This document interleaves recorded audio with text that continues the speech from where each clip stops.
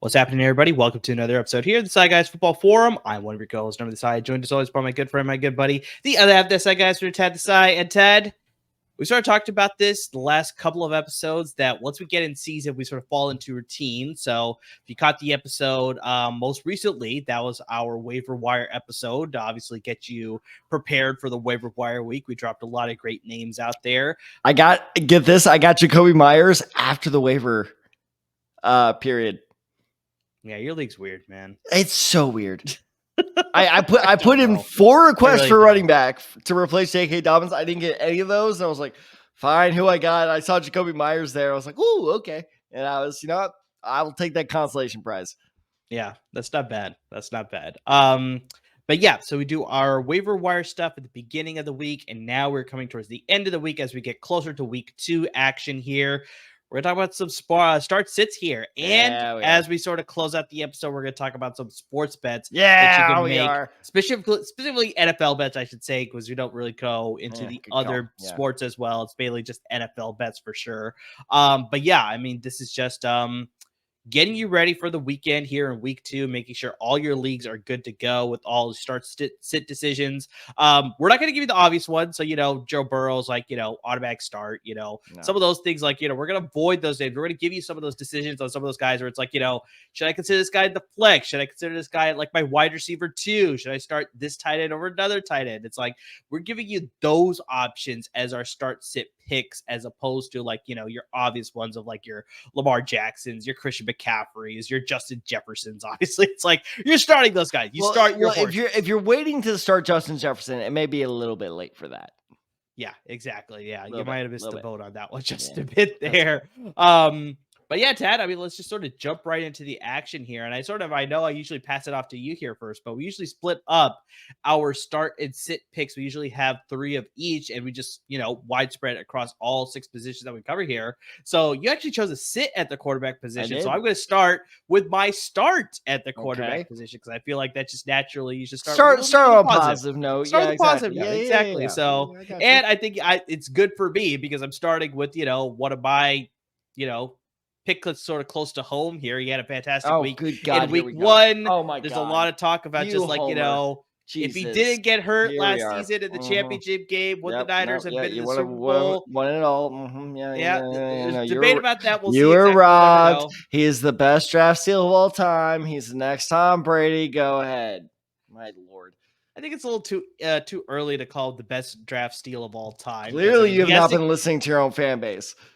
Well, okay, yeah, there's very much why I don't listen to him. I need to take these things with a grain of salt. The guy you listed right after him, Tom Brady, he is clearly right now the best draft steal ever, probably in the history of the NFL draft. So maybe Purdy will eventually get to those points. I don't think he will, just with all that Tom Brady accomplished. But I'm just hoping, like I said before, Ted, that just this quarterback drama is over in San Francisco. We found our guy, hopefully. Sure. And so with this week, Ted, you actually brought him up during our waiver wire episode because his next couple of matchups are actually very favorable. And that's why I like him as a start this week against LEFP Network, but against the Los Angeles Rams. And I mean, here's one thing that I actually shared in our Slack channel. I saw this on Twitter, Tad, but this is the first time, and it makes sense that this is the first time, but this is the first time that a former number 1 overall pick of an NFL draft is playing against the final pick of an NFL draft. And I mean, if you look at some of the Mr. Irrelevance in the past, I mean, it sort of makes sense.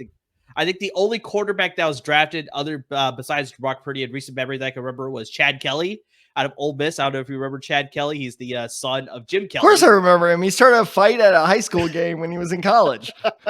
Yeah, so I mean, son of Jim Kelly, but unfortunately, it didn't really, live up to that same pedigree that Jim Kelly was able to lay out in the NFL. So yeah, Brock Purdy, though, he has been looking the part so far.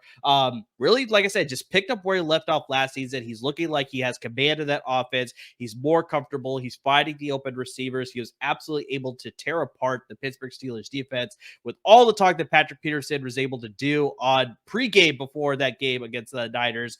He totally got smoked every time by Brandon Ayuk. So Brock Purdy was able to find his guys. I think what we could see against this Rams defense here was just, we're talking about stats, just a lot of inexperience. I mean, they got Aaron Donald, but besides that, it's a lot of young guys who are not usually starters. They're usually rotation players. So I think just with this offense, just the way that they were clicking against the Steelers last week, I really like them to sort of just shred up this Rams defense as well in a sort of quote unquote semi-home game in Los Angeles. I agree with that. And I think that Rams secondary looked extremely weak. It's funny because, speaking of how weird my league is, I offered just this whatever trade to a friend of mine. And I was at work a couple days ago and I got an alert of like, your trade's been accepted. It's like, wait, what trade? I forgot I even offered it to him and I got DK Metcalf.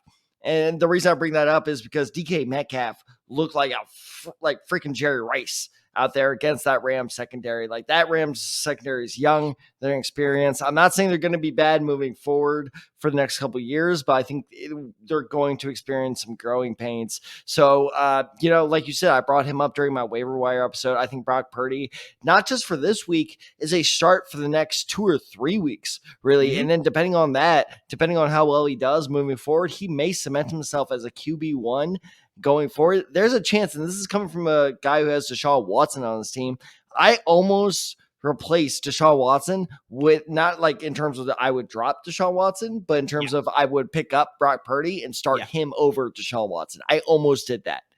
That's my level of faith in Deshaun Watson. Or, well, yeah. Well, you know what? No, actually, yeah, no, that's the same thing. Exactly. Yeah, it's my level of faith in Deshaun Watson, but it shows my level of high faith. It's like Red Dead 2 of like high honor, low honor.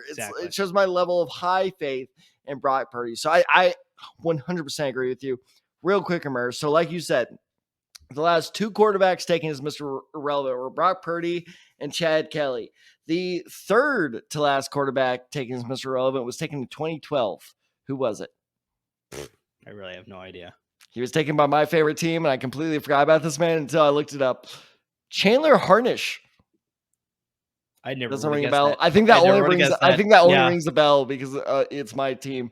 Did he go to Northern Illinois? I think that is very impressive. Good job. Yeah. Okay. Yeah. Okay. He's ringing a slight bell, but that was impressive. I have no idea what his stats are in the NFL. I had no idea who drafted him. Just like I for some reason I remember him playing at Northern Illinois. So. All right. Final piece of trivia, because this normally happens where there's some, and this is why you kick my ass in Immaculate Grid. It's because you're like, dude, like this person played in the 90s. And I'm like, I was 5. Yeah. So I was 3 years old so it was Harnish.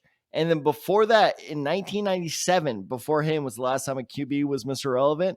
It was, I'm going to try this, Ronnie McCata. Yeah, that one does not sound familiar to me. Nothing. All, so I was going to ask you what team and what college. Yeah, definitely no idea on either. Ronnie McCata? I don't know. Ronnie M, lowercase c, so like the Irish thing. Uppercase A, D-A. He was drafted by the Packers. Get this, out of the Army. In the Army. Okay. In 1997. So I was 3 years old. There you go. So, yes, it was funny because, when you share that stat, at first I was like, wow, that's surprising. And I thought of it, I'm like, yeah, no, not really that surprising. Yeah, seriously. You would think like it just like by like coincidence it would have happened by now, but like also like how often does a quarterback? I mean, we just went through it. We went from 97 to 2012 where no quarterbacks were the Mr. Irrelevant. So yeah. Also, how about this for Mr. Relevant fact? The only one that I can always remember is David Vibaro. Okay, yeah, that was so I know you're thinking of his dad. Because his dad was okay. God, we're going down a pathway here. But anyway, Yeah, his dad was an old NFL linebacker. David Vabaro Jr. was the linebacker. I want to say Idaho. He was drafted by the then St. Louis Rams as Mr. Relevant. He was actually pretty solid for us for a while. Got busted for PEDs. He's basically like a poor man's Brian Cushion. Got it. Okay. So yeah, busted. I mean, just sort of like that's sort of the tale with some of these older NFL players that just don't make it, right? A little bit. But let's sort of get into your sit here, Tad. So obviously we talked about I have a start, you have a sit at the quarterback position. Who are you sitting this week? You want to talk letdown? Look, there were a lot of letdown. This was, I'll preface it with this. This was a great weekend of football. This was maybe the most exciting week one of NFL football since 2008. And I will not get into all the details of that, but just Google 2008 week one NFL, because that was a lot of fun. There a lot of stuff went down. We had Washington, Arizona being exciting. We had what else? The Colts Jags was absolutely insane. We'll get into that later. This game was also insane. I'm not gonna lie. I was kind of like half asleep at this point because I was just tired. I was like, God, I felt like you gotta like almost like reacclimate yourself to the NFL grind of like, okay, all right, take that 15-minute break. 4 p.m. games are starting. I did not do that. Those 4 p.m. games, not gonna lie, I like basically slept with my eyes open. But the entire time I was like, man, this Raiders Broncos game is crazy. Yep. But what's even crazier is I looked up the stats after that game that the Raiders won, by the way. They did. Russell Wilson, you want to talk about a letdown? That was a letdown. We had this whole offseason talking about like Sean Payton's here. Russ is back. These receivers are back. Even with, some of them hurt. This offense is going to be explosive. Russ threw for 177 yards. Yeah. Like, woo! That clean slate got absolutely blown out in about a half. And I'll tell you which half. Because the first half, Russ threw for 2 touchdowns. None of them like, bombs or anything, but threw for 2 touchdowns nonetheless. We're like, okay, Russ is back. Okay. Second half, let's play our favorite game. Over under. Remember, did Russ throw for over or under 50 yards in the second half? Under. Slightly over, 52. Damn it. I know. I almost went with 55, but I knew you were going to go under there. So he threw for 52 yards. How many touchdowns did he throw for in the second half? 0, because he only threw 2 touchdowns that game, yeah. 0, exactly. And that's the one thing is like the casual fantasy viewer is going to look at his score total, be like, okay, 15 points, it's not bad. And then they're going to look it up, be like, okay, he has a good coach. Like, he's still a worthy pickup. No, he is not. Leave Russ alone. Honest to God. And while I was doing research, ESPN's like, when you like click on the player, they have the video ready to go for all the big names. The video was, what was the headline? It's like, is Russ still a viable fantasy starter or something like that? My answer is, at this point, no. He's done. To me, he is a borderline QB2. I just traded away Kirk Cousins off my roster because I think he's also done, even though he just scored 28 points. Not really helping my case. But yeah, well, you know what? If they weren't down all the time, then that would really help my case there. But, actually, you know what? That's a perfect example. I trust, if your team's down by 20, I trust Kirk Cousins more at this point than I trust Russell Wilson. I don't think Russell Wilson could have done what Kirk Cousins did on Thursday night, which is pull your team back into the game in terms of a 1-score game. I, honest to God, do not believe Russell Wilson has that in his repertoire anymore. So I think he is absolutely done as a fantasy starter, absolutely as a starter. I think he's borderline done as a bench candidate. I don't trust any Broncos quarterback until they draft someone next year. I think, this is the only thing I'm going to say about this game because we got a lot of other picks to get to here. But I think the box score is a little bit deceiving because if you actually watch the game, I know, Tad, you sort of were watching it sort of like awake, but you had your eyes open or whatever. Yeah, he looked a little bit better than what we saw last year. No, he looked better. Still early in the season here. I think he's going to get a little bit more acclimated to live game action. He's going to get better. I'm still not trusting him right now, but I think long term, I think there's hope that he can sort of turn around by the time we get to midseason. Bench option at best right now. And let's focus on this week for now, though. And this is why he's a sit as well, is because Washington's defense looked damn good last week. Yeah, and I know that sure. was against Arizona, but still, they have boasted one of the most underrated defenses the last few years. They have, in my opinion, probably the third best defensive line in the NFL. That secondary is quietly, sneakily very good. So it's just like, okay, if you struggle against the Raiders, I see zero reason why you should not struggle against Washington. So I think that game, that low key, that is actually a game I'm very excited about. Like on paper, it doesn't look like an exciting matchup. For whatever reason, I think that game is going to be fucking crazy. So I'm very much looking forward to that game. But fantasy wise, I am staying like 10 yards away from it, much like both those teams will be from the end zone. Yeah, it's going to be interesting to see how those games that game plays out as far as how their offenses operate there. So, Tad, let's get to the running back position. So, who's your start at this position? Well, I mean, spoiler alert. So, my start is, look, this is a popular pick, but sometimes he's a popular pick for a reason. It's like I always tell my students, a cliche is a cliche for a reason. It's James Cook. I know a lot of you're going to Google, start him, sit him, and you're like, well, everyone's saying start James Cook. There's a reason everyone's saying start James Cook. It's because the Bills have got their guy. For better or for worse, they are sticking with James Cook. He had 12 carries, and this was the really surprising stat. 6 targets. Yeah. He's Buffalo's guy. No longer are they doing this whole bullshit, wannabe Philadelphia, like split by committee thing. They're going, nope, James Cook, you are our dude. And I know what you're thinking of, like, well, 12 carries, it's not that much. Well, they land themselves in that weird position. And this is why I hate with it. This is what I call fantasy football quicksand, where the quarterback is playing badly. Right. So Josh Allen, he had a bad game. He admitted himself. And by the way, my respect for Josh Allen with how he handled last week's loss is like just, I already liked him. But like the way he's handled this loss, oh my God, like this guy handles everything awesome. Anyway, but here's the problem is when your quarterback does badly, and this is why I call it fantasy football quicksand, you have no option but to keep giving the ball to the quarterback who is playing badly. Like it's just, it's a terrible like cycle of death where like, well, we got to keep throwing it. Well, he's not throwing it well. Well, we got to keep throwing it because otherwise we're screwed. So that's why James Cook only had 12 carries. So I think that against the Las Vegas Raiders, he will have a better opportunity to come out and, have a more balanced game plan in his favor. And like I said, with the 6 targets too, even if they are still going pass heavy, clearly he's part of this passing game.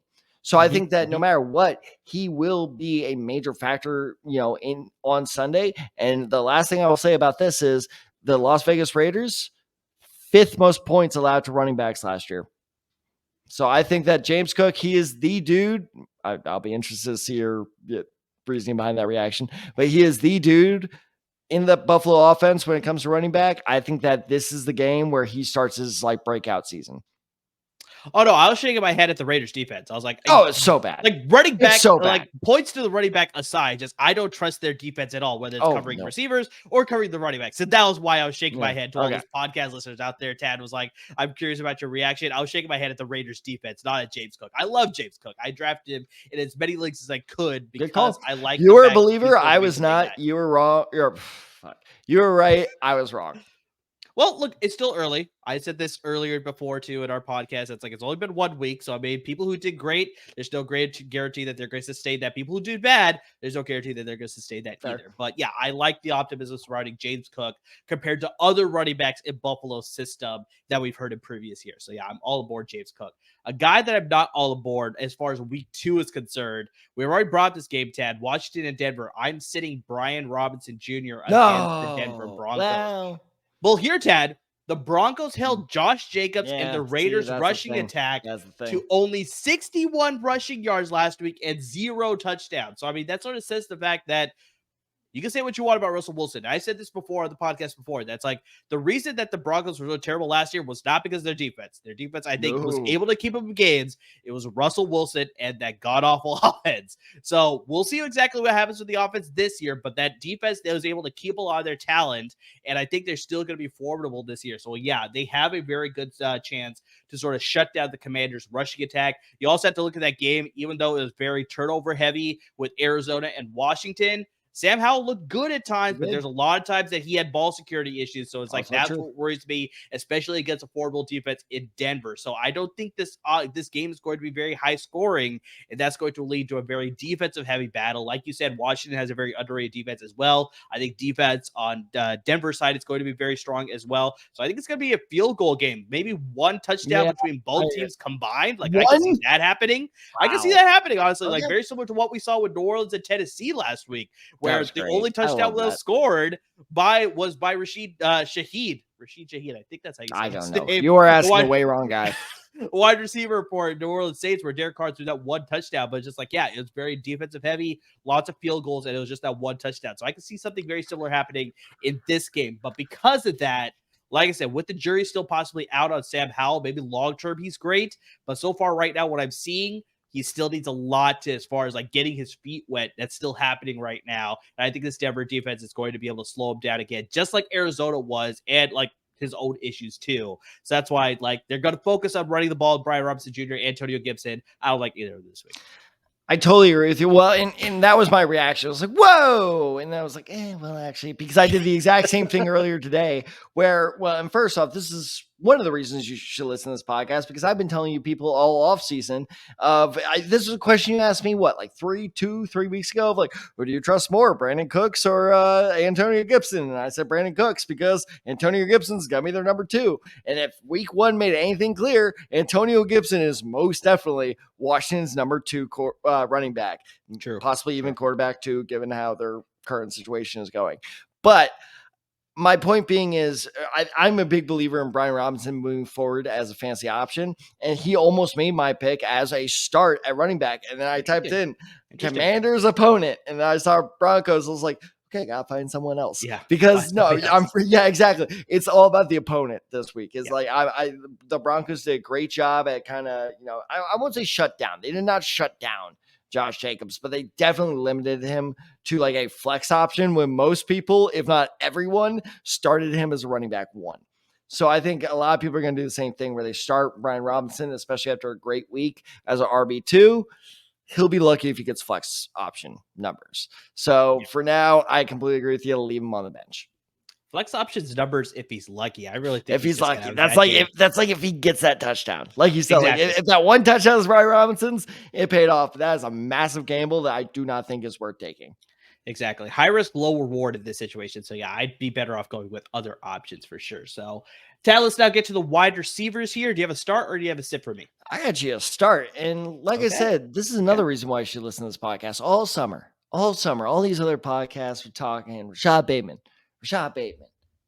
Odell Beckham Jr., J.K. Dobbins, even though that's another thing. There's only one podcast among all podcasts. Don't fact check me on this. Don't just take my word for it. Don't fact check me. There's only stop typing. But there's only one podcast that told you, trust me, it's not going to be Rashad Bateman. It's going to be Zay Flowers. I have been telling you guys since they drafted him on round 1. What are you shaking your head about? What? Because you were not high on Zay Flowers when we were on Chauncey's podcast. You were like, I'm not as big on Zay Flowers. You were more. I was after the preseason. I said I was a fan of Check the tape, my friend. Okay, fine. Then fine. We'll tag team it. Yeah. You handled the summer for me. I watched the preseason, then you tagged me in, and I jumped in on the ring. Well, now it's my turn. Hang outside the ropes. I'll tag you in once he has a bad week. So, point being is, wow, you're surprisingly okay with that to take the blame for everything. So, okay, cool. Point being, though, just ready to move on. That's all. I was watching Red Zone, and I will tell you the specific play. It was funny because it wasn't even that big of a play, but I was just like, I fucking knew it. There was a jet sweep handoff where he ran it for a first down. I don't know if you saw him or not, but it was like a 9-yard run, and I was like, I knew it. And I'm like, there's no way they do that with Rashad Bateman. So Zay Flowers had himself a pretty solid week with 13 points, 2 carries. Sorry, I'm looking at my notes right now. 10 targets. Thank you. I actually was looking at my tight end notes. I was like, he had more than 5 targets. So 10 targets he had, twice as many as the next guy I'm about to talk about.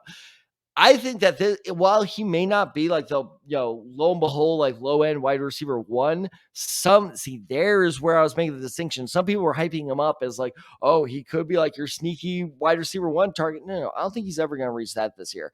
But I think he is a very, very solid flex option with the potential to get into wide receiver two numbers for not just this week, but the season on top of that. So I think that Zay Flowers, if you can start him, if you did get him on waivers, or if you were smart enough to draft him, he is absolutely the starter for the Ravens against the Bengals this week. Yeah, very solid pick. He's definitely been the sort of go-to guy for Lamar Jackson in that offense in week one, at least. And yeah, just based on what we saw with Cincinnati last week against Cleveland, which we'll get to a little bit later as well. Yeah, I think Baltimore should have a good, easy time moving the ball against that defense through the air, on the ground, whatever they want to do. So yeah, Zay Flowers, a great start there. So yeah, on the ground. I think on the ground. I think so, which, like I said, we'll get to that a little bit later here. So I'm going to stick to the AFC North, here, and I'm going to go to my sit here, and I'm going to go to George Pickens, wide receiver for the Pittsburgh Steelers. They're playing the Cleveland Browns, so actually we don't have to wait that long to talk about this game for the Steelers and the Browns here. So, okay. Weather was not great in Cincinnati, or were they playing Cleveland? No, they were playing Cleveland. But weather was not great there. So you could sort of attest that as to why Joe Burrow and the offense just did not have a good game for the Cincinnati Bengals. But that doesn't answer the fact as to why Cleveland was able to move the ball so easily against the Cincinnati Bengals defense, right? So, I mean, that sort of says something. They held Joe Burrow to only 82 career passing yards. That is the lowest in his career. I'm honestly shocked it's that high. Yeah, it was very surprising. He just did not look like the Joe Burrow that we're used to seeing. He looked very bad. Hey, at least he's not the highest paid player in NFL history. Yeah, exactly. After signing that deal, he had to put up before. Such bad timing. You look at the Browns; they're looking to gain the upper hand in the division by stacking another win in the division because they just beat the Bengals. Now they can sort of come here and beat the Steelers. Now you look at Kenny Pickett in that game against San Francisco. All the broadcasts, they got talking about how he looks so comfortable in the preseason. This offense is really going to take a step forward compared to what we saw at the very end of the last season, where it's like you started to see some of the specialness that made him a first-round pick. But yeah, he did not look comfortable at all. You can attribute that to the Niners defense. You can attribute that to just him playing an actual game now as opposed to preseason vanilla looks. Whatever it was, just this offense was out of sync that entire game. Now you get to face a surprisingly good Cleveland defense, and I think they're going to be able to shut down what Kenny Pickett and this passing offense is going to be able to do. We already know that Deontay Johnson is going to miss the game because he's dealing with a hamstring injury, so it's going to fall on George Pickens and Allen Robinson. So yeah, they may get a lot of targets, but I don't think it's going to lead to much. And so yeah, I'm better off sticking all my Pittsburgh players on the bench this week against Cleveland. I somewhat disagree with you. I somewhat agree with you, but we'll get into that in a little bit. We'll revisit this in a bit. All right. Fair enough. Let's get to the tight end here position, Tad. What do you got for me? You got to start or do you got to sit? I got my final start, and this is a guy that you've been very high on, and I'll admit, I was more of like lukewarm. I'm not going to say I was against him. I was just kind of like a wait-and-see guy. After 1 week, I'm completely convinced. Sam Laporta's the dude in Detroit. Yes. That man is the dude. And he played 60% of the snaps, offensive snaps, in his first NFL game. Mm-hmm. That's crazy. And on top of this, and this is what I was talking about earlier where I was looking at the wrong notes, he saw 5 targets and he caught 5 targets. Now, he only had 39 yards on those. But also, if you actually watch the game, the Chiefs were all over Jared Goff. He had very little time to really do much. So I just think Sam Laporta is just one of those guys that just sees enough target share that he is just bound to break out at some point. And I don't see why there's any reason it shouldn't be this week. They're playing Seattle, who for the last 2 years, not even just last season, but the last 2 years, has been one of the most susceptible offenses or susceptible defenses to tight ends. Yes. And, I think they were, if memory serves, they were like 28th, 29th 2 years ago. Last year, they were 30th. And this year, it's not looking like they were doing much better. So I think that while Sam Laporta's yardage numbers may not be great, I think his touchdown numbers by the end of the year are going to be high. And I think this is the week where he catches the first NFL touchdown. I think they're going to be, they being the Detroit Lions, of course, are going to be looking at Laporta's way a lot. And I think that he will get a score this weekend. Yeah, and I think this is the reason as to why I don't like rookie tight ends as far as fantasy football is concerned, because they'll have like sort of these up and down weeks where it's like the first week they'll look okay, then they'll look a lot better the next week, and then all of a sudden they'll throw a complete dud. And so that's going to happen the entire season. So long term for the entire season, exactly like I said, I think he's going to have an overall quote unquote good season, but it's not going to be consistent enough where you're going to be like, okay, this is a guy I want to start every single week. But yes, exactly for all the reasons that you laid out, with Seattle being a very bad defense, I don't like them at all this season. A lot of people were picking Seattle to sort of finish second in the division. I think they'll probably finish second by default, but just they're not going to be an overall good team for what we saw last year. And clearly we saw it a little bit with that, just sort of like them taking a step back against the Los Angeles Rams last week. I think they sort of lose again. They dropped to 0-2 against the Detroit Lions this coming week. And Sam Laporta, I can see him scoring a red zone touchdown for sure. There we go. I was fully expecting a text from you, by the way, after I got that alert of like, oh, okay, I have DK Metcalf. I was like, about 2 hours, I'm going to get a text from Murr in all caps. Like, what are you doing? And I was just like, because me and Murr sharing ESPN login. So I'm sure you got that alert as well. I'm actually shocked you did not chastise me for that. Oh, no, I was going to. I've been looking at your transaction login. I have a lot of questions, but I was like, you know what? I don't understand your league, and this is just, frustrations that I don't need in my life. That was a good trade. I need to sort of that was a good trade. I gave up. Relax. I need to keep things under control, so I'm just not going to even start it. So that was a great trade. I gave up one starter and I gained 3. In your eyes, which are correct. Sure. So I'm going to get to my tight end position here, and I'm going to go with the sit here. And I'm actually going to bring up a game that I already brought up already. I brought up Brock Purdy as a start versus Los Angeles Rams, but now I'm going to bring up the Los Angeles Rams tight end here in Tyler Higbee versus the San Francisco 49ers as a sit, because Tad, in 2 games last year against the San Francisco 49ers. This is a top tier sit. In 2 games against the 49ers last year, Higbee totaled 12 receptions off of 20 targets for 88 total receiving yards and no receiving touchdowns. So that averages out to 44 yards per game. That's not a tight end that you want starting in your starting roster. I mean, San Francisco has no trouble shutting down Tyler Higbee, even with Cooper Kupp on the IR. I know sort of that volume will then go to Tyler Higbee. We already talked about Puka Nacua in our waiver wire episode. I think he's going to have a down week, but long-term, he's still a great addition for you. But just, do not be worried by his bad week this week because he's going up against San Francisco's defense. Sorry to interrupt. By down week, because there is a difference in what I'm about to ask. Down week is in 7 to 9 points, or down week is in he's gonna have 3 points and people are gonna hit a panic button like, oh my god, I knee jerk reacted here. I think his ceiling is probably gonna be 7 points. Ceiling? Yes. Oof. I think so. Just they have the pass rush. You clearly could see it. Nick Bosa's going to have another week of practice. Obviously, their secondary is, like you said, they're actually healthy and they're playing really well. For now. Exactly. Back on wood. They're healthy right now, so they're going to be fine. So they're going to be able to shut him down for sure. So yeah, I see a ceiling of 7 fantasy points for Puka Nacua.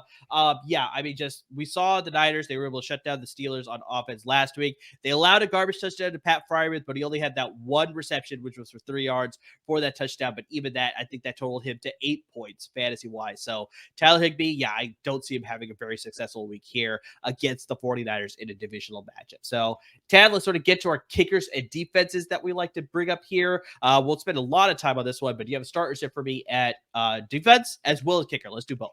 At defense, I got you here. Like I said, we touch on this later. Well, now is later, my friends. I feel like we're in Spaceballs. Well, when is now? Now is now. When is now? But that's a reference so few of our listeners are going to get. But I actually disagree with you. I say sit the Browns defense because I think too many people are gambling on the Steelers offense to continue on to disappoint like they did week 1. Look, I am not going to defend or make any excuses for that week 1 performance. It was bad. Okay. It was bad.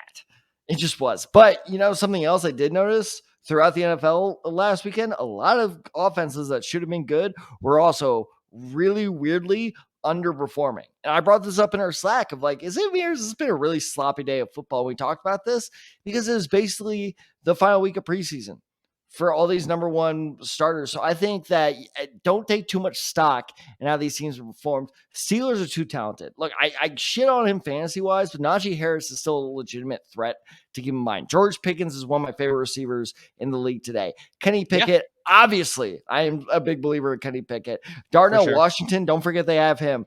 Pat Freiermuth. Yeah. So, like, it's just this offense is so loaded that I don't trust them to be another, have another dormant performance against a divisional opponent, especially like you said, because they lose against the Browns. All of a sudden, the Browns have a very commanding early lead over this division. Mike Tomlin has made a career of winning games like this, where it's like this can either get out of hand real quick, or we can like rebound and get a handle on this real quick. So between Mike Tomlin and talented offense, don't count them out. I'm not trusting the Browns defense. I'm not saying that I take the Steelers to win it.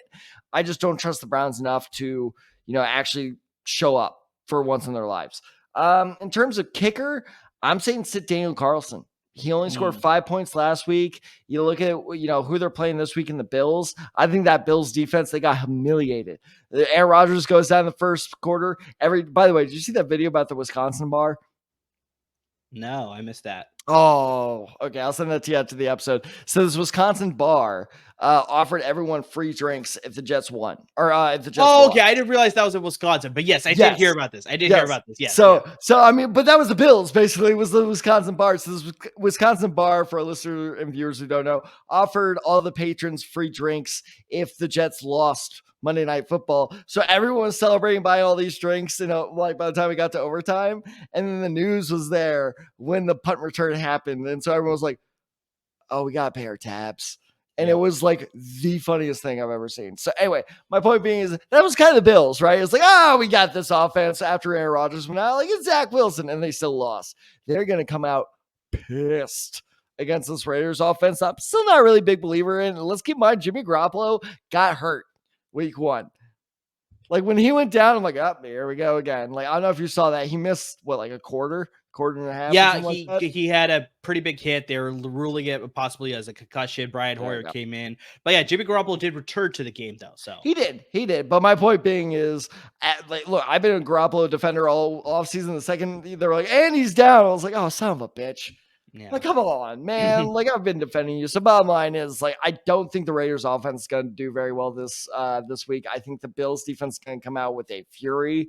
And I think that Daniel Carlson will be limited to 1, maybe 2 field goals. I wouldn't be shocked if the Raiders don't score a touchdown this week.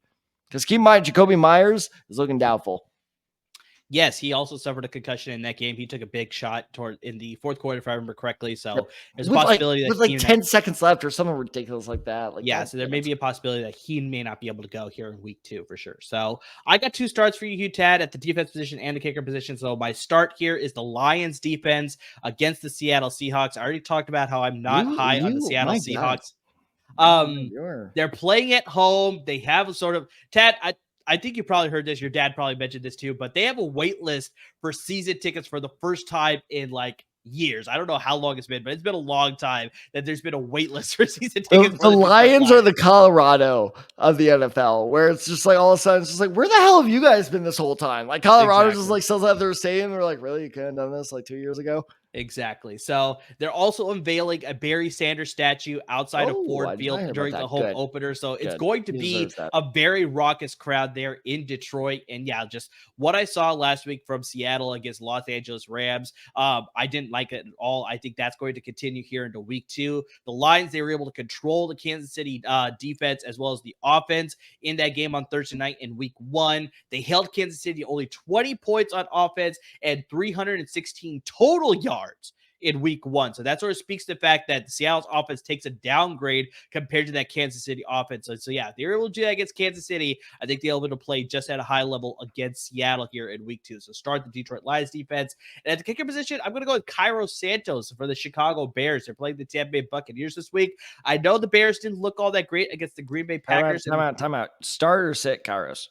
Start. I said both were starts. Okay, sorry.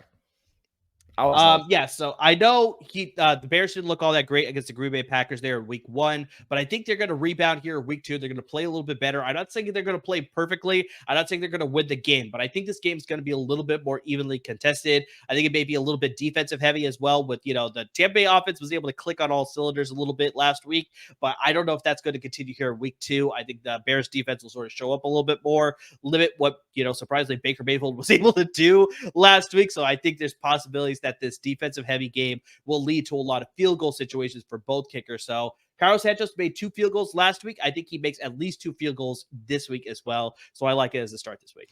I mean, it depends. Is it yet a third Category 5 going to blow into Florida while the game's going on? Because I mean, that's apparently a very real possibility at this point. Yeah, we'll see what happens. Pop out of nowhere, like day after tomorrow, just like pops up, and it's just like, ah, shit. Yeah. Exactly. So those are all of our starts and sits for this week. We're gonna sort of make a smooth transition here, just sort of jump right back into it here, Tad. We're going to be talking about some NFL bets here, Tad. So I mean, why do you keep messing with it? I thought I was doing it. You were jumping around, being all excited like a kid at Christmas. I can multitask. Sure. Okay. Sure. So Tad, evidence contrary to the evidence, to be fair. Yeah, exactly. So Tad, we're going to talk about our favorite spread bets this week. We're going to talk about our favorite money line bets this week. And then, of course, make sure you tune into our social media handles, which we'll plug towards the end of the show. How do you time that? So every time. Yeah, it's variable on time now. We've been doing this long enough. At this point. Make sure you're tuning into our social media handles, because with those graphics, with our bets, we drop in a special extra bet. So the only way you find out about those bets is make sure you're following our social media handles. So we're not going to tell you what it is. Exactly. We can't tell you what it is. So let's get to the spread bets here first, Tad. Who do you like as far as your favorite spread bet this week here? Well, so these are my favorite spread bets, where it's just basically like an extra money line bet. And that is, I'm going to take the Green Bay Packers at +1.5 against the Falcons. And the odds for that are -105, which, by the way, I just have to say to our sponsor, Bet Online, I get why you're doing this, but I got to call you out on it.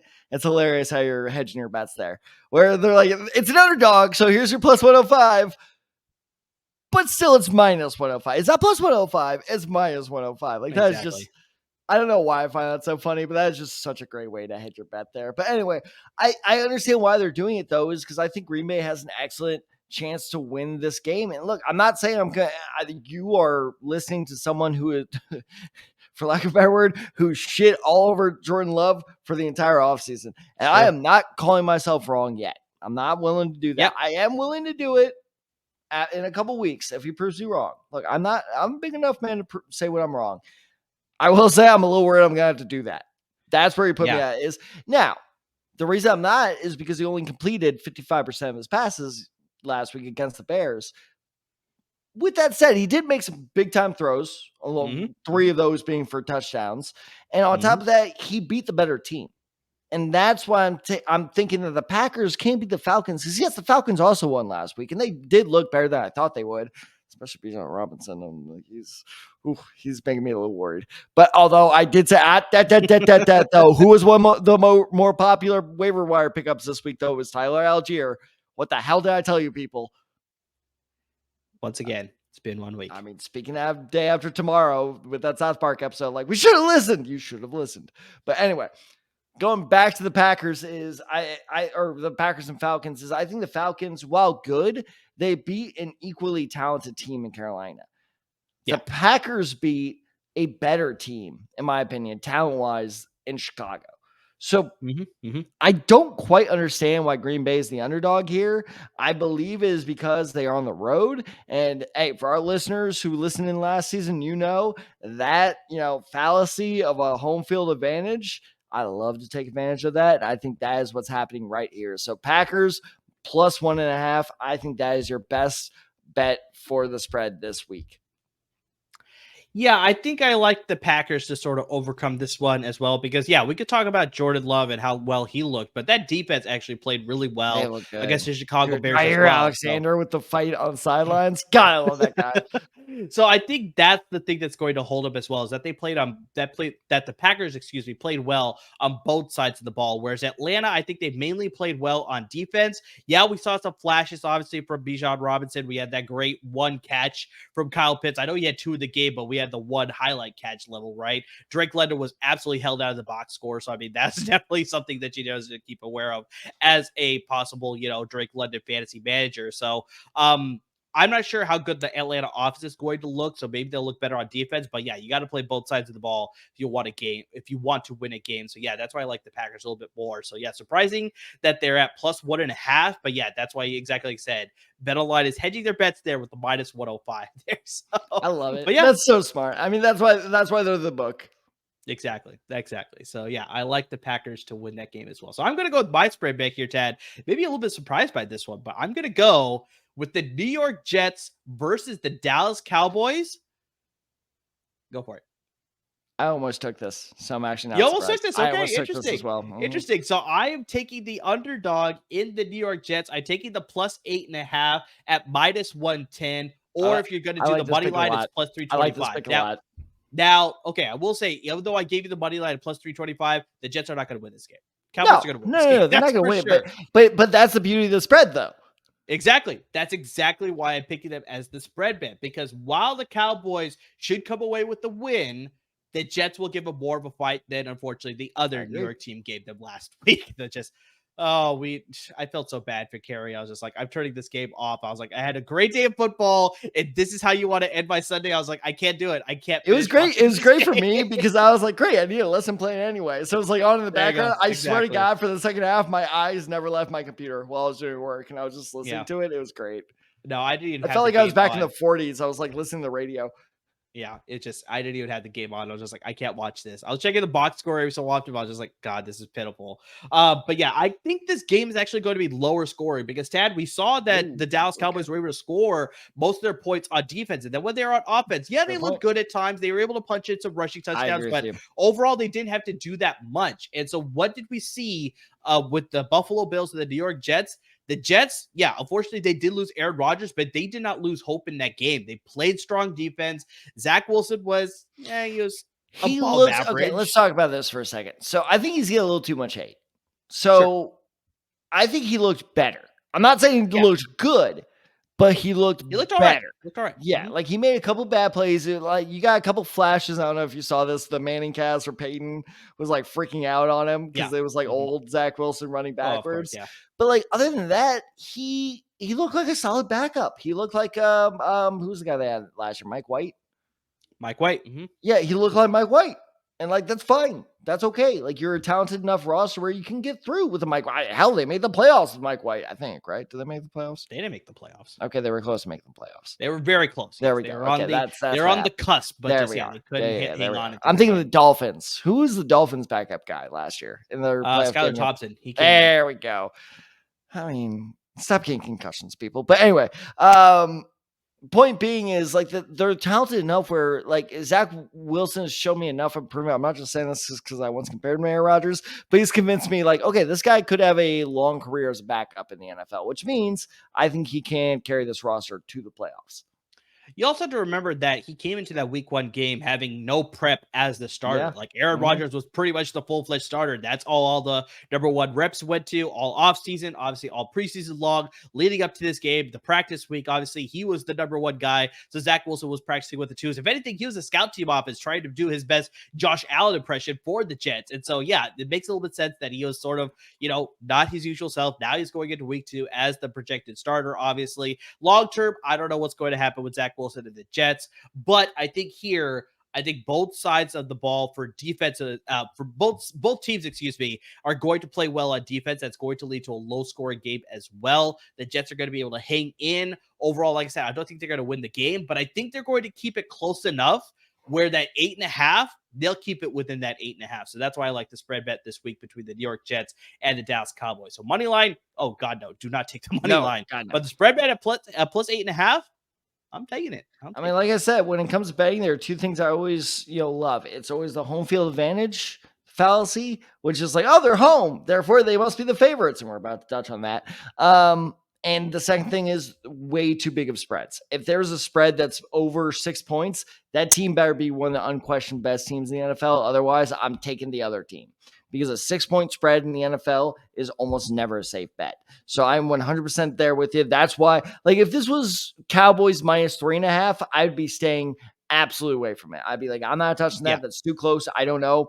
But the second I saw Cowboys 8.5, I was like, I don't know. I was like, that seems pretty big, especially coming from a team that just beat a team I would argue is better than the Cowboys. I still think, despite the loss, the Bills are better than the Cowboys. So, like, why the spread is that big, I understand it, but I wholly disagree with it. Yeah, I think partly you're seeing the inflated number is because the Cowboys were able to pitch that shutout and by such a Yeah. wide margin at 40-0.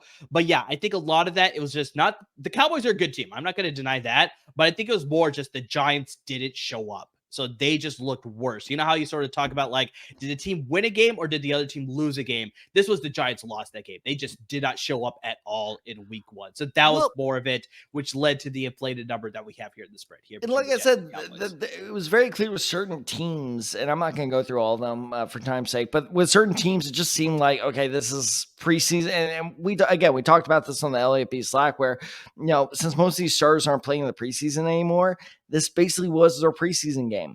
And you could tell that with a lot of teams. I saw it with the Bengals. I saw it with the Broncos in some cases, and definitely with the Giants, where it just seemed they couldn't really gel together because this was their first real game experience with a very new roster. So yeah, no, I'm not. I think a lot of people are overreacting to this Cowboys win. I don't think the Cowboys are that good. They're good. Don't get me wrong. I think they're definitely a playoff contender, but I don't think they're going to be this juggernaut that they are seemingly being built up to be. Seriously, definitely do not agree with that as well. So yeah, they're going to be good. They're going to be competitive, but yeah, they're not going to be this 40-0 team all season long for sure. All right, Tad, let's sort of close this out with our money line bet picks here. So who do you like on the money line this week? I mean, speaking of a team that, kind of just needs time to gel, is like, this is a team that I think looks way worse than I was expecting. And I do mean way worse. Like I sure, some road bumps are fine, but like that wasn't a road bump. That was veering off the side of the highway and diving down a cliff. The Chicago Bears looked bad last week. That was rough. That was rough. But again, just they looked so, I'm not going to say inept, because Justin Fields did have some flashes there. He did have some flashes around. This is Justin Fields I've been talking up all offseason. So inept is too strong a word. They look disjointed. I feel is the best word. Disjointed is the best word. And like I said, I'm going to blame them on the preseason. I don't think, they, for obvious reasons, they didn't want to play Justin Fields much, if at all. I don't even know if he took a single preseason He did. snap. He played a little bit. So there you go. So, but my point being is watching that offense really felt like they just needed some time to kind of get a feel for like how the number one squad was going to move and like play in game time. By the time they figured it out, they were down by 20. Because they did make some pretty good plays in the second half, but that first half was a goddamn disaster. So I think that the Bears are being way too hated on because of the Bears. And they've, to be frank, they've earned it at this point of like, they've earned no goodwill. But I'm telling you, stick it out with them. I think that they will have a good week this week against the Buccaneers. And that scares me because goddamn, the Bucs looked way better than I thought. Like I was watching the Bucs on Sunday. I was like, oh my good Lord, you're a team. I was like, and keep in mind, this is my team that had the first overall pick. So I was like, ooh, you guys are good. But here's the thing. We're recording this on a Friday night. Spoiler alert. I just think Minnesota's a very sloppy team. I think so. I think 100%. At first I was giving all the credit to the Bucs. I'm like, holy shit, you just made Minnesota look like a bunch of fools. And I think once again, just like we talked about between the Cowboys and the Giants, I think just the Vikings just lost that game. I just don't think they have all the pieces on defense yet. Their offense, I think, is fine. I think it's the defense is going to cause them. No, and that was the big thing is because I was not a huge believer, but I was like, okay, the Vikings have a solid defense. And now after Thursday night, after week 2 for Thursday night, I'm like, no, yeah, you got nothing there. I was like, you got nothing. And so that's now why I'm like, okay, now I think the Bears will beat the Bucs, and the Bears are currently listed with our friends at Bet Online at plus 123. So that's 1, 2, 3. So while risky, I'm not going to say that's a lock by any means, but I do think if you are looking for the upset pick as it stands now, I think the Bears are your best pick. Now, I'll let our viewers in on a little like background, not drama, but background happenings on the show. Is my initial pick was the Indianapolis Colts. Okay. A couple hours ago, CJ Stroud was listed as questionable. Bet Online took down those odds. So I'm as they should. I'm not saying that they shouldn't have done that or anything, but I'm waiting for those odds to go back up. Unfortunately, it did not happen in time of recording. If Indianapolis is still underdogs by the time those odds go back up, go Indianapolis. That's a smart bet. Or how about this? 2-team parlay. Why only keep it at 2? Three. All right. Who's our third? We're giving 4 picks here, Tad. Why not do 4? So I'm going to go to the money line here, Tad. I brought up this team already before, but the Cincinnati Bengals are hosting the Baltimore Ravens. But I like the Baltimore Ravens here, surprisingly, because they are the underdog when it comes to both the spread at +3 as well as the money line at +150. And I just think what we've seen from Cincinnati, they lost a lot of key pieces on defense. Both Von Bell and Jesse Bates, some of their key members of their back end of their secondary, are no longer with the team. They're going with some other players. Their defensive line just is not looking as strong as far as the pass rush is concerned. Their offensive line, we're already talking about this, about just how they're not able to protect Joe Burrow, even after all the big acquisitions that they made. They signed Orlando Brown Jr. in the offseason. He is not looking all that great. They released Lyle Collins, one of their higher price sightings. That was a weird release. Not this previous one, but the two off seasons ago, I should say specifically. And just, yeah, it just hasn't been working. And I think that's going to continue into this game as well, that they're still trying to work out the kinks. They'll look better than they did last week, where they're not going to put up just 3 points. They'll put up more points for sure. And Joe Burrow will look like his old self as well. But just overall, the Baltimore defense has been playing really strong. I know they're dealing with some injuries as well on their offensive line, which we brought up earlier this week. Linderbaum and Ronnie Stanley, we have to make sure to see whether they're going to be playing. Obviously, we talked about J.K. Dobbins being out for the season, but I think their backups are going to be just fine. I like Gus Edwards, the combination with him and Justice Hill and the goal line work. Maybe we'll see a little bit of Melvin Gordon, but I think this is maybe more of when we'll start to see the Lamar Jackson that we've seen during that 2019 season, where he's going to take over more of the offense, be more the rusher. He's going to involve the pass catchers a little bit as well. But just, yeah, I like this offense to be a little bit stronger compared to Cincinnati. We talked about Cleveland trying to get a 2-0 lead in that division. Well, Baltimore can take a 2-0 lead as well in that division if they can come away with this win against Cincinnati. You look at the spread and the odds there, Tad. I think they're favored because they have that sort of home field advantage. But overall, right now, based on what I saw last week between Cincinnati and Cleveland, and then also between Baltimore and Houston. I know it's Houston, but they played really well. They were able to force 5 sacks on the Houston Texans, as well as deal 2 turnovers. So yeah, with that, susceptible offensive line that Cincinnati has, I think Baltimore will be able to build up another great defensive performance as well, and they'll be able to come away with the I would say an easy victory, but it'll be hard fought until the very end. Will they be able to separate? So yeah, getting the +3 or the +150 on the money line, I think those are home run bets. Okay, so I'm gonna be totally honest with you. About halfway through that, I was like, dude, what are you talking about? Like Bengals +3, that's a pretty fair money line. And then I went to go look at your notes. I'm like, wait, Ravens +3, that can't be right. And so then I looked at my go-to sports app, which I will not name because they do not pay us. So if you would like to sponsor our podcast, Sportacular, please, reach out via email or via social media. I don't know what lines they're using, but they listed Bengals at -3.5. Okay. So even bigger. So I'm actually with you, dude. I'm 100% with you on this one. It's like, well, Cincinnati look good. Exactly like what you said. They have enough weaknesses to exploit. And that is why John Harbaugh still has a job after nearly a decade of playing in the NFL, as he's very good at it. Like, how lucky is the AFC North to have arguably the two, well, I guess Andy Reid. Don't even get me started on Belichick, but arguably 2 of the best coaches in the NFL, and John Harbaugh and Mike Tomlin in the same division. Like, that's incredible. And he knows how to exploit those weaknesses. So I'm 100% with you. I think this is a great pick to take. Is like the Baltimore Ravens absolutely have a good chance to pull this off. So in terms of spread, I'm staying away, but in terms of money line, not bad. Exactly. For them to get favorable odds for the money line, that's a little bit surprising for me. Because I like them to win this game for sure. So yeah, those are our bet picks as well for this week. So yeah, we covered everything. We got your start sits decisions. We got your sports bets as well, your NFL picks. So as we sort of mentioned earlier, we're going to be dropping a special bet from each of us on our social media handles. And the best way you can find out about that pick, because we got some excellent graphics coming your way, Follow us on our social media handles. You see it down below. You got me at Under the Side 23. You got Tad at Tad Side 94. Got the show handle at the Desai Guys, and of course on Instagram at the Desai Guys as well. So we will have graphics for all of our sports bets for this week, as well as our DFS value picks for this week. So I mean, we got you covered on both fronts there for sure. Guys, make sure wherever you listen to your podcast, make sure you subscribe or listen to your podcast, whether it's on Apple Podcasts, Google Podcasts, Spotify. You listen right on the LAFB Network website as well. Just hit that subscribe button. Always be up to date with our podcast. If you're watching us on YouTube, make sure you subscribe to our YouTube channel so it's always up to date with our videos.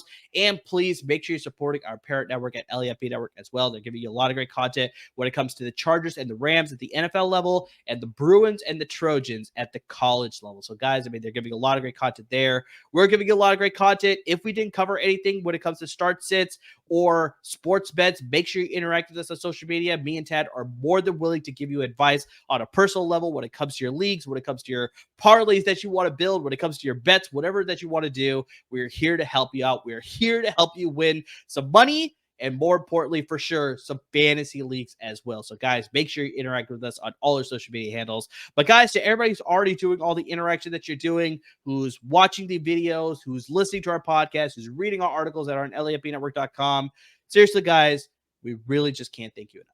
And if you didn't rely on that, we can't thank you enough. I just want to shout out one of our Twitter followers at DRock Trading. His specific at was @4SafeMoon. Sorry, bud. I told you to not start Jordan Addison. And now I will say this, though. I will say this. He reached out and he said, okay, is half a point PPR, so standard PPR most leagues. Do I start Jordan Addison? Hold on, let me pull up his tweet. Jordan Addison, Jahan Dotson, Gabe Davis, or Elijah Moore?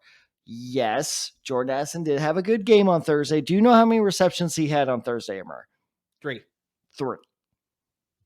So had he not caught that touchdown, that would have been a bust of a night. That's all Sure. I'm saying. Very That's true. all I'm saying. So while that looks bad on the surface, I am still confident in my selection. I told him either start Gabe Davis or Jahan Dotson. I like Jahan Dotson because, like you said, it's probably going to be a defensive battle. I got to talk to him. We'll wrap this up quickly, but I got to get your justification for this. Elijah Moore? Really? Yeah. I put it in the tweet. I put my direct. I know that. Hence why I know your answer. Elijah Moore, really? Yep. Okay. All right. I wholly disagree with you. But anyway, we will see. And maybe we'll hit him up and see who he ended up starting. Did he end up winning? But I got to give a shout out once again to DRock Trading for hitting us up for fantasy advice. It was so much fun doing that. It was so much fun helping you guys. Like, it just, look, I'm a teacher. I got into that profession to help kids. I want to help you guys because you'll actually listen to me. So unlike my students. So please reach out. Well, most of them, but reach out to us for help, whether it be start sit, trade advice, waiver advice, anything, even if it goes beyond the episodes we record, we're willing to help you, whether it be on Instagram, on Twitter, don't text us. Please don't text us, but on comments on LAFBnetwork.com, anything, any way you guys can reach out to us that we can help, please let us know because we love you guys. We appreciate your support. Our numbers have been growing so much since we started this podcast just about 3 years ago now. And it's because of you guys. We're heading into our now, I guess, third season. This is our 4th season. I'd probably say fourth season. So thank you guys so much. As always, please, everyone, keep listening, keep watching. And as always, please stay safe.